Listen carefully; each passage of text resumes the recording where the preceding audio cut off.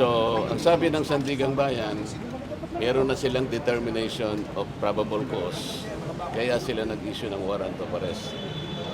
Igalang natin yon. Kaya meron naman kaming motion to quash, pinagbigyan naman yon. At alam ko naman yon ay bibigyang daan pa rin. Ibig sabihin, ipoproseso pa rin ang aming motion. Dahil siyempre kami naman, meron kaming ibang pananaw doon sa asuntong ipinal sa amin. So ang aking mga abogado ay gumawa rin ng paraan para sa ganon, ay counter naman yung asunto. Yun ang ibig sabihin ng motion to quash. Yan ay pagbibigyan tayo ng Sandigang Bayan. Kaya lang kailangan dumaan sa proseso. At nauna na nag-determine na nga yung probable cause, kaya nag-issue na po sila ng warrant of arrest. Senator, to clarify, you surrendered po, hindi po arrested. You were arrested, Senator?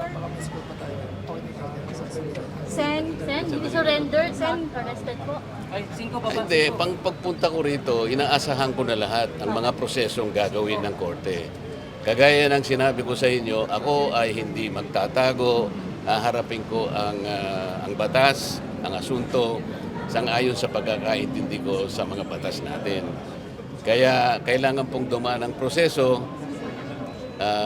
Kasama na po yung pagpunta ko rito, yung hangarin ko na kung i-serve po nila yung warrant of arrest, tatanggapin ko po yun. Sir, as of this moment, Sen, anong nararamdaman mo ngayon? Katulad ng nararamdaman ninyo siguro. Sen, Ano bang nararamdaman message niyo? to the INC po. Secretary Remulla. Sen, gagawin mo ba sa kaklami si Senator?